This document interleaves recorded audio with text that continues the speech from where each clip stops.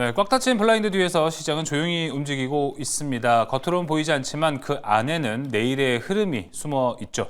살짝 블라인드를 열면 감춰졌던 힌트들이 하나씩 나타납니다. 조용히 들여다보면 보이는 것들, 블라인드 속 내일장, 이제 그 숨겨진 이야기 시작하도록 하겠습니다. 블라인드뷰 오늘 함께할 분들 소개하도록 하겠습니다.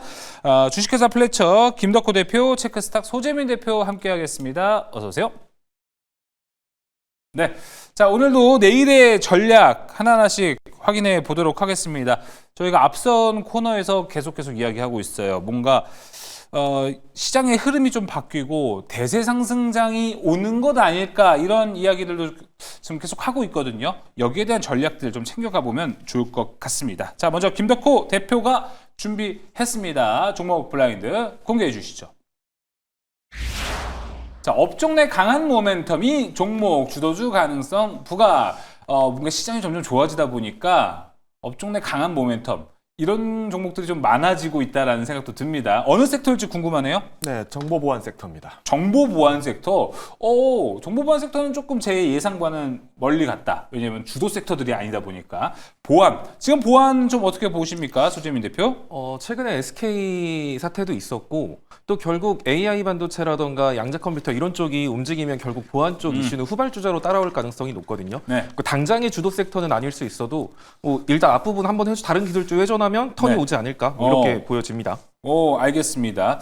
자, 정보보안. 일단 오늘 갖고 온 이유에 대해서 한번 들어봐도 될까요? 네, 일단 대표님께서 앞서 말씀을 잘 해주셨는데 사실 지금 입장이면은 어떻게 보면은 이제 관세에 대해서도 이제 위기가 좀 많이 낮아지다 보니까 그렇죠. 제조업종이라든가 이쪽을 좀 많이 주목하실 것 같은데 우리가 이제 항상 놓치면 안 되는 것이 결국 이제 섹터의 순환매를 좀 노린다고 했을 때 조정이 가장 크게 나오는 곳들 그리고 이제 또 다시 한번 썰물이 올 때 감화될 종목들은 저는 항상 보완주를 그렇죠. 좀 많이 소개를 드렸습니다. 그래서 저는 중장기적인 시각에서 봤을 때 충분히 매력적인 섹터 그리고 항상 이제 한 번 정도는 기회를 꼭 남겨놓는 좋은 섹터이기 때문에 충분히 가치가 있다 말씀을 드릴 것 같습니다. 알겠습니다. 자, 그럼 그 종목 무엇인지 한번 확인해 보시죠. 블라인드 오픈. 안랩. 대선 후보 바뀐답니까? 아니죠. 아닙니까? 네. 차라리 안 바뀌기 때문에 더 이제 안정적으로 투자를 할 수 있게 됩니다. 예. 사실 이제 안랩이 이제 굉장히 좋은 기업이다. 이 보안 산업에서 굉장히 큰 매출을 갖고 있다라고 계속 소개를 드려도 사실 많은 분들이 그냥 안철수 관련주로 이렇게 지금 그렇죠. 해석을 한다. 네. 그러다 보니까 저는 이제 지금 이 안철수 의원이 지금 마찬가지로 이제 대선 후보로 나오지는 못하는 상황이기 때문에 오히려 이제 지금 오히려 실적만으로 볼 수 있다라고 좀 거품이 좀 빠졌다라고 말씀을 드릴 것 같아요.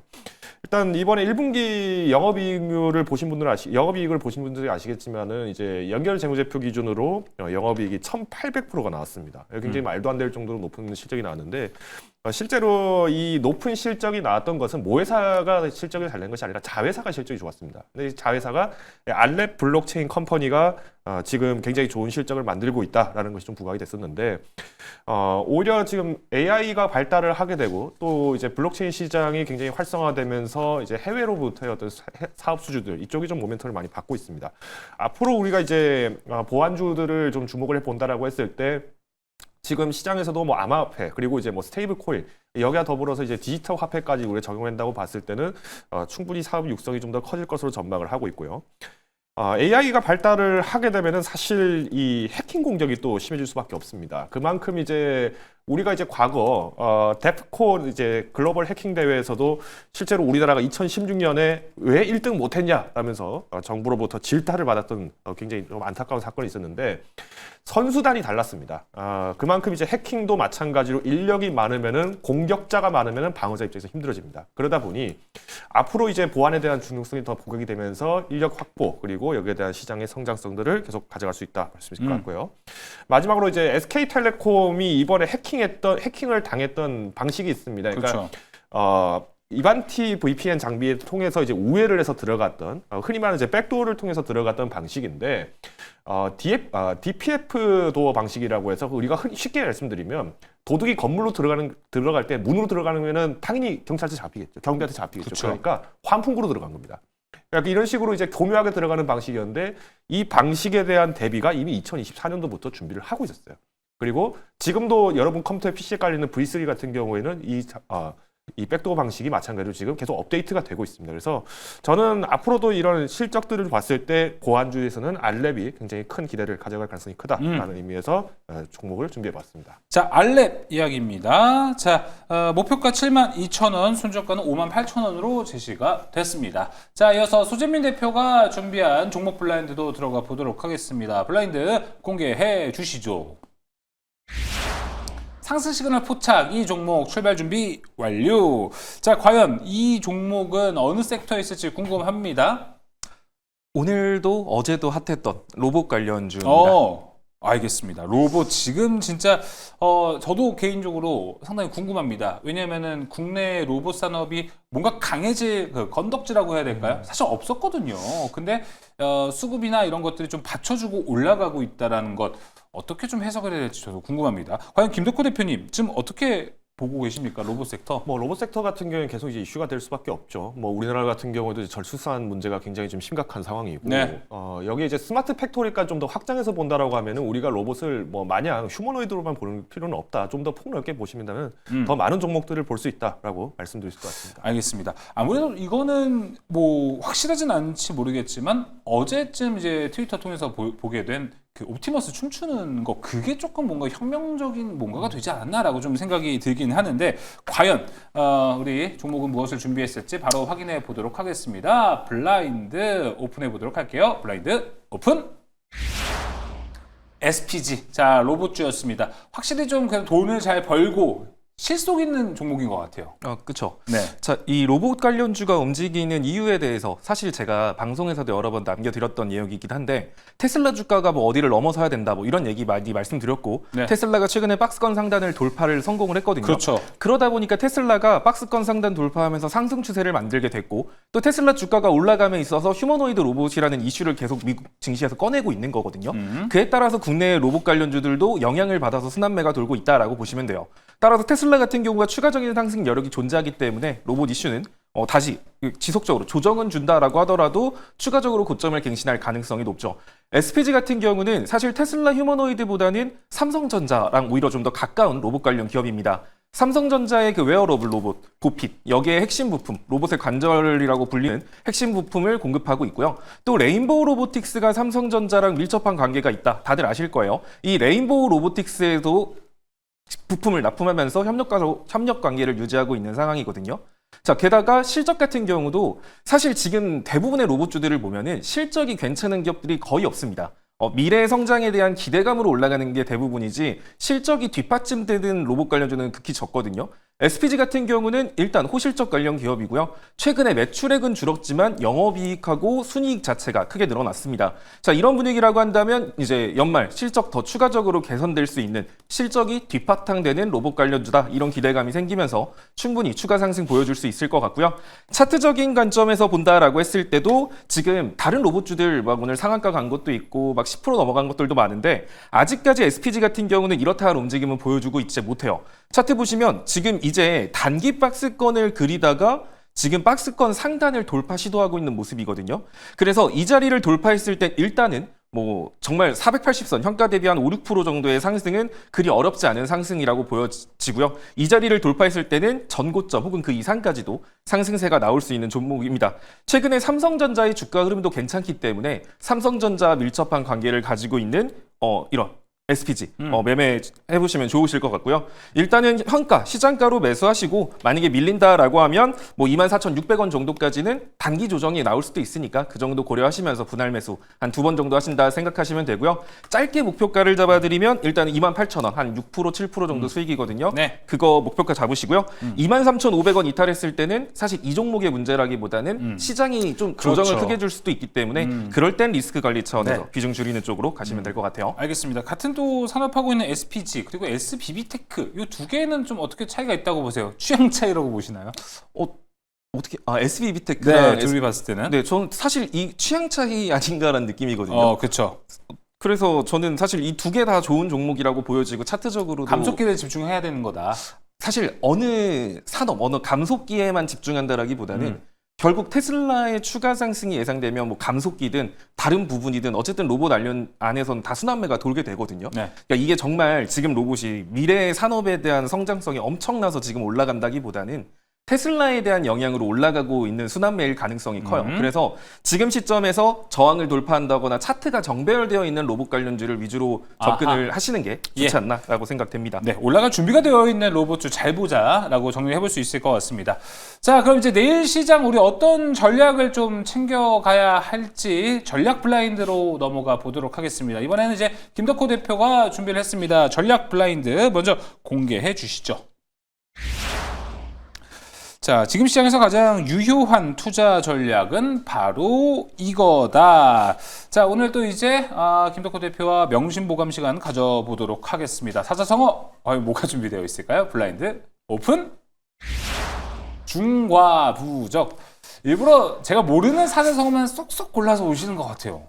이게 또 이제 전술적으로 의미가 있죠. 중과부적이 이제 적은 무리를 이끌고 싸우지 않는다라는 뜻이죠. 말 그대로 우리가 이제 부대가 작은데 어떻게 큰 적을 상대를 하겠느냐라는 말씀입니다. 지금 시장이 이제 우리가 우려했던 거에 대비했을 때 오히려 지금 시장은 CPI 발표 이후에 지금 안도를 하고 있어요. 상대적으로 우리가 이제 물가가 그렇게 빨리 올라가진 않았다. 물론 5월에는 또 한 번 CPI가 발표될 때는 뭐 리스크가 좀 걱정이 되긴 합니다만은 그래도 시장에서는 여전히 반색을 하고 있는 모양이고 특히 이제 관세가 좀 유예가 됐다는 점이 적어도 이제 6월에서 7월까지는 조금 증시를 좀 안도감을 좀 줄 수 있는 분위기로 형성이 됐기 때문에 우리가 이제 시장에서 그럼 그동안 이제 다시 반등세가 좀 높아지고 있는 모습이 나타나고 있습니다. 근데 여기서 이제 주목을 하셔야 되는 거는 수급이 이제 과연 어디로 가고 있는가를 항상 보셔야 됩니다. 당연히 이제 우리가 지금 기관 수급보다는 외인 수급에 조금 더 비중을 높게 두시면서 접근하시는 게 중요하다고 말씀드리고 싶고요. 마지막으로 이제 여전히 지금은 아직까지는 뭐 재무 건전성이 좀 높고 현금 흐름이 굉장히 좀 양호한 기업들을 투자를 하시는 게 좋을 것 같습니다. 그리고 손절가에 지금 도달했던 종목이 혹여나 있으시다면은 저는 이때는 오히려 과감하게 손절을 하고 다른 종목으로 옮겨갈 준비를 해야 된다고 봐요. 제가 말씀드리는 이유는 간단합니다. 지금 내가 손실이라는 종목이 굉장히 많다고 가정을 해보고 있습니다. 그러면 당연히 모든 분들이 손해보는 투자를 하고 싶지 않아요. 그런데 지금처럼 어떤 시장 상황이 국면이 완벽하게 바뀐다고 하면은 이때는 우리가 방어만 할 것이 아니라 공격 작전으로 전환을 해야 됩니다. 이때는 우리가 좀 잃어버린 어떤 손실폭을 좁히기 위해서라도 탄력이 높은 종목에 빨리 쫓아갈 수 있는 준비를 해야 된다라고 말씀을 드리겠습니다. 알겠습니다. 중과부적. 오늘도 저는 좀 배워갑니다. 많은 분들 채팅창에 이거 오늘 아는 거다라고 하는데 저는 왜 몰랐을까요? 저도 몰랐어요. 듭니다. 무리가 적으니 맞설 수 없다라는 말. 좀 뭔가 전술에 대한 이야기. 지난 시간부터 계속해서 해주고 계십니다. 자, 그럼 이제 소재민 대표가 준비한 이 전략 블라인드 들어가 보도록 하겠습니다. 블라인드 공개해 주시죠. 자, 수익률 극대화할 투자 전략은 바로 이거다. 저는 뭐 그런 생각도 해요. 소재민 대표도 뭔가 이렇게 계속 사자성어를 하는데 뭔가 명언이어도 준비해야 되지 않나? 네. 더 고급지게 표현을 못할 것 같아서 아예 안 하는 게 낫다. 아예 쉽게 가는 게 낫겠다라고 생각하고 있습니다. 알겠습니다. 자, 그러면 전략 바로 공개해 보도록 하겠습니다. 블라인드 오픈. 이거 뭔가 노린 사자성어 같은데요? 그렇죠? 좀 느낌이 그렇습니까? 근데 오히려 좋은 것 같아요. 나름의 사자성어다. 네. 뭐 4848. 딱 들어도 느낌 오시겠죠? 그러니까 사고팔고를 반복하자라는 의미인데 지금 시장 분위기가 제가 엔비디아가 115불 넘어서고 테슬라가 280불 넘어서면 추세가 바뀐다. 시장의 분위기가 바뀔 거다라고 말을 지속적으로 해왔습니다. 자, 그리고 지금 시장의 분위기가 바뀌었는데 엔비디아와 테슬라가 추세를 바꿨다라는 건 기술주들의 이슈들이 앞으로 지속적으로 계속 등장할 가능성이 높다라는 거거든요. 그러면 보통 시장 지수가 안정적으로 상승을 하기 위해서는 반도체 섹터가 중심을 잡아야 되고 그 뒤 다른 기술주들 안에서 순환매가 나오면서 안정적으로 시장 지수가 올라가게 되는 거예요.